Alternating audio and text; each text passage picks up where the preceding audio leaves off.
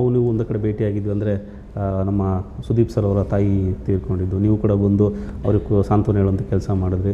ಒಂದು ಬೇಜಾರು ವಿಚಾರ, ಅಂಥ ಸಂದರ್ಭಗಳಲ್ಲಿ ಸೇರಬೇಕಲ್ಲ ಅಂಥೇಳಿ. ಇಲ್ಲ, ಅದು ಏನು ಒಬ್ರಿಗೊಬ್ರು ಆಗಬೇಕಲ್ಲ. ಅದು ಯೂಶ್ವಲಾಗಿ ಪಾಪ ನಾವು ಅವ್ರ ತಾಯಿನ ತುಂಬ ವರ್ಷಗಳಿಂದ ನೋಡಿದ್ದೀವಿ. ನಾವು ಅವ್ರ ಹೋಟ್ಲಿದ್ದಾಗಿಂದ ನಾವು ಅವ್ರ ಹೋಟ್ಲಿಗೆ ಹೋಗ್ತಾಯಿದ್ದೆವು. ನಮ್ಮನ್ನ ಒಳ್ಳೆ ಅವ್ರು ಶೂಟಿಂಗ್ ಮಾಡ್ಬೇಕಾದ್ರೆ ಅಯ್ಯೋ ನೀವು ಎಲ್ಲಿ ಬೇಕಾದ್ರೆ ಮಾಡಿ ಶಿವಣ್ಣ ಅಂತ ಅಷ್ಟು ಪ್ರೀತಿಯಿಂದ. ಸುದೀಪ್ ನಮಗೆ ಒಂದು ಆತ್ಮೀಯತೆ ಇದೆ. ಅವನ ಆತ್ಮಕ್ಕೆ ಶಾಂತಿ ಸಿಗಬೇಕು ಅಷ್ಟೇ, ಇನ್ನೇನು ಇದ್ರ ಮೇಲೆ ಏನು ಕೇಳ್ಕೊಳ್ಳೋದು. ಪಾಪ ನಮಗೂ ನೋವಿದೆ. ಸುದೀಪ್ ಸರ್ ನೋಡ್ತಾ ಇದ್ರೆ ಪಾಪ ಅಂದಾಗ ಅವ್ರ ತಾಯಿನ ತುಂಬ ಇಷ್ಟಪಡ್ತಾರೆ. ತಾಯಿ ತಂದೆನ ಭಾಳ ಪ್ರೀತಿಯಿಂದ ಅವ್ರು ನೋಡ್ಕೊಳ್ಳೋ ವ್ಯಕ್ತಿ ಸುದೀಪ್ ಅವರು.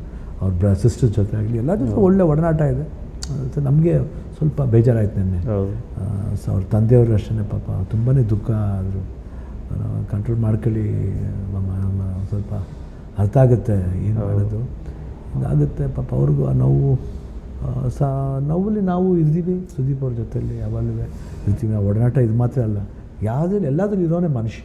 ಸೊ ಅದಕ್ಕೋಸ್ಕರ ನಮಗೂ ಒಂದು ನೋವಾಯಿತು. ನಾವಂತೂ ತುಂಬ ವೈಟಿಂಗಲ್ಲಿದ್ದೀವಿ ಸಿನಿಮಾನ ಥಿಯೇಟ್ರಲ್ಲಿ ನೋಡಿ ಎಂಜಾಯ್ ಮಾಡೋದಕ್ಕೆ.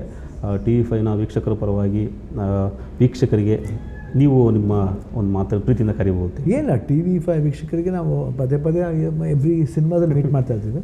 ಭಾರತೀಯ ರಣದಲ್ಲಿ ನಮ್ಮ ಸಿನಿಮಾ ಆಗಿರೋದ್ರಿಂದ ಸ್ಪೆಷಲಾಗಿ ನೀವು ತೋರಿಸಿರೋ ಒಂದು ಪ್ರೀತಿ ವಿಶ್ವಾಸ ಇರ್ಬೋದು.